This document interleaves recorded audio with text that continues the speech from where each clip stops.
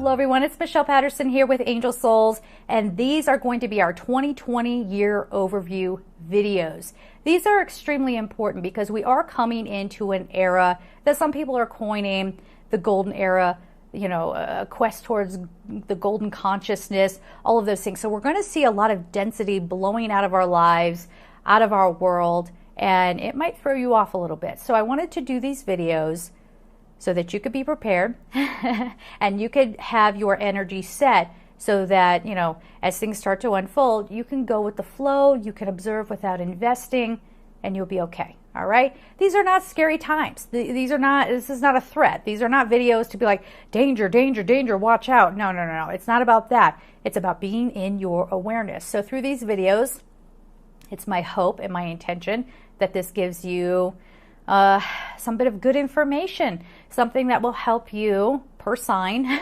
And that's just to divvy up the audience. That way I can focus in on different energetic groups. And, you know, make sure you're watching for your sun, your moon, your rising. You might want to watch for your Venus sign, you know, whatever works for you. But hopefully the information that comes through is exactly what you need to hear throughout the year to help you remain centered and be able to roll with whatever's coming. Right? So if you would like to get a personal reading with me, you can just go to my website at angelsouls444.com. I will leave information in the description box below on courses. I may be putting out some courses having to do with getting prepared for 2020 and lots of other things. There's a huge library of stuff there, so go check that out. And of course, if you would like to support me on Patreon, I'll leave all that information down below as well. If you want to just support me by subscribing and hitting that like, that's awesome too. So let's get into it. Hello Aries. So let's see what's coming up for you for the overview of 2020. Please understand that these are not meant to be surface level. The reason why I'm using cards is because I like artwork and words are beautiful. They have a frequency, okay? It's not that I need them, and that's not an ego thing. I'm just saying, you know, people tend to like to connect with this, and why not? If there's beautiful artwork, let's use it. But please listen to this in the spirit of, I'm using this information to bring me into a higher consciousness, and I'm going to use this energy and these messages to bring me into more alignment with myself. That is imperative. It's not about, is he going to love me? You got a lot of work to do. It's not going to be like, am I going to be rich this year? You've got a lot of work to do. All right? And this year is going to hit you hard if you're still in that mindset. Not that those things are bad, but if you're waiting on your happiness and your growth until someone comes or some external circumstance actually, you know, comes true in your life, it's going to be a rough year for you. All right. So let's see what we can offer you for your higher consciousness and your highest good.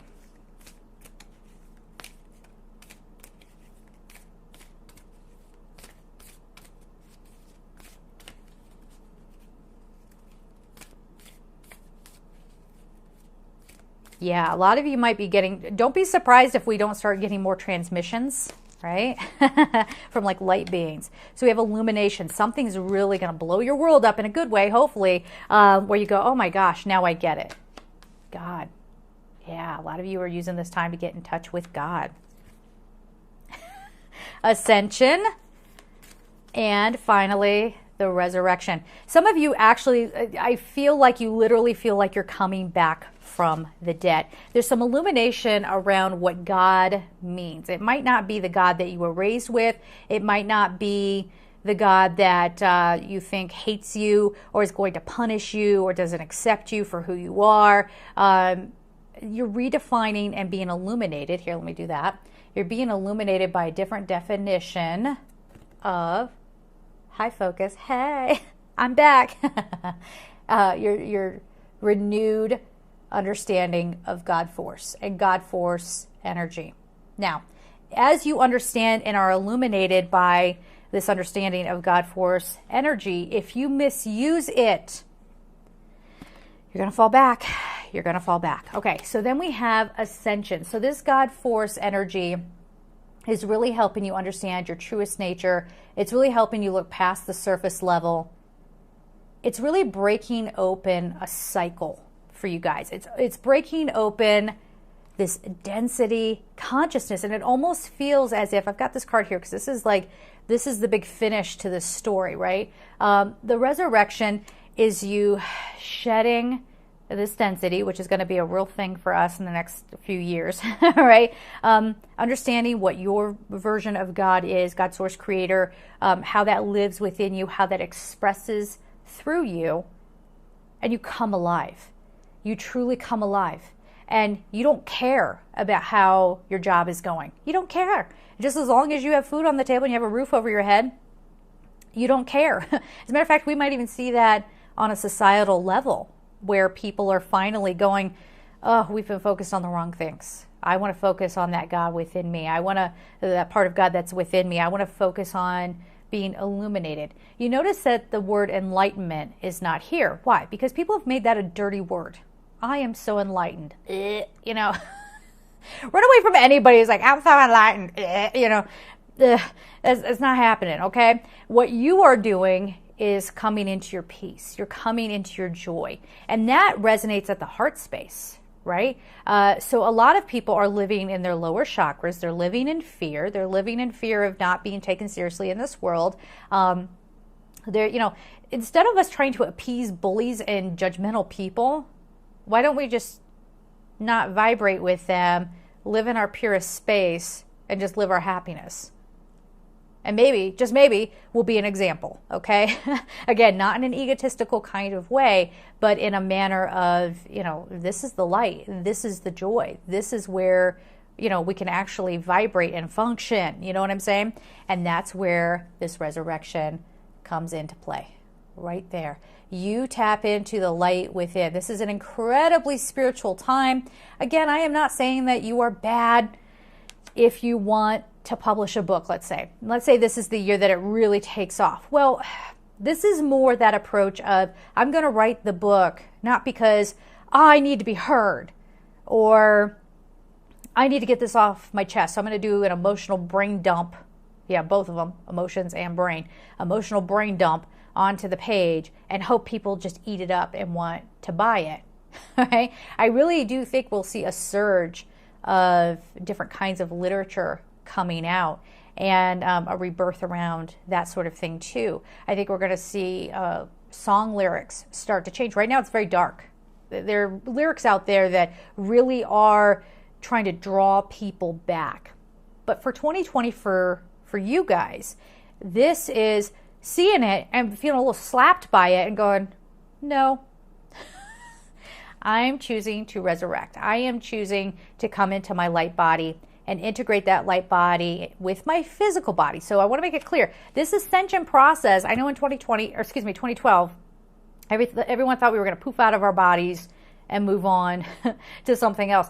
You're realizing that's not what your ascension entails. It's this. All right. So letting some of that deeper, more profound understandings come on out. What's really beautiful about this is that you have the potential to experience a love that when it comes forward, I'm not talking about a love partner, guys. Okay. Side note, I met a woman who said she had never been single before. It shook me. I mean, it shook me. I was like, how do you know who you are? Like, oh, whoa. So you've always been defined by your relationships?